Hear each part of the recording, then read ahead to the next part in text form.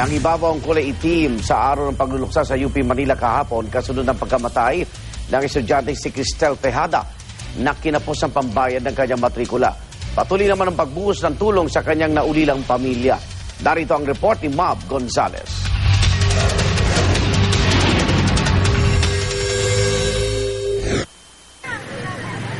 Isinabit ang mga itim na laso sa UP Manila. Binalot ng itim na tela ang rebulto ng oblation at nagsindi ng mga kandila. Lahat ng ito bilang pagluluksa sa pagkamatay ng estudyanteng si Cristel Tejada, kamatayang tila nang uusisa sa karakter ng UP bilang pambansang universidad lalo na ng mahihirap. Nakiisa rin sa pagluluksa maging ang mga taga-UP Diliman at kinundena ang umano'y no late payment policy sa UP Manila. Para raw kay Cristel, hindi ordinaryo ang kanyang ID sa UP Manila. Sabi ng kanyang ama, naging simbolo raw ito ng pangarap ni Cristel na makapasok sa premyadong universidad at matawag na iskolar ng bayan. Ngayon, ang ID nito, isa na lang sa mga bagay na paghuhugutan nila ng mga alaala ng namayapang anak. Kasi nandun na siya eh. Hindi ko na siya makukuha dun eh. Sa akin na lang siya. Isa na kami. So, I'll treasure na maging part ko kasi ito yung buhay niya eh. So, paperam ko lang to as representation pero sa at least na alam ko nandito ka lang. Buo pa tayo.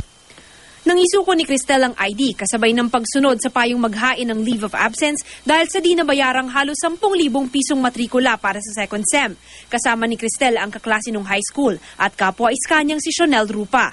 Ipinaskan niya para ang ID bago ito isinuko sa universidad. Bakas daw ang lungkot sa mukha ni Cristel. Nung pinento niya kasi sa akin, sobrang sakit daw na i-let go niya yun since parang ayaw nga siyang papasukin sa campus namin. Nung kinukwento niya kasi sa akin yung mga problema niya, I saw how hard it was for her. It was in her eyes and sobrang burdened niya ng time na yun. Pero parang I wanted to help. I really did. Pero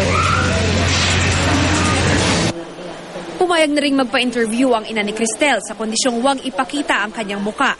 Ayon sa kanya, naiibsa ng kanilang pighati dahil sa suporta na ipinapakita ng mga dumadalaw sa burol ni Cristel. Maging di raw nila kilala, nakiramay at nag-aabot ng donasyon. Ma'am, marami ho bang bumibisita ngayon dito po sa burol ni Cristel? Nandun din yung mga tao na hindi namin kaano-ano, hindi kakilala. Galing sila doon sa malalayong lugar. Na siyempre nationwide nalalaman na yung story. Pupunta sila dito, nagpapakita ng suporta, tumutulong, nag-aabot ng donation. Sa Sabado ng hapon, nakatakdang ilibing si Cristel sa Manila North Cemetery. Para sa unang balita, Mav Gonzales reporting.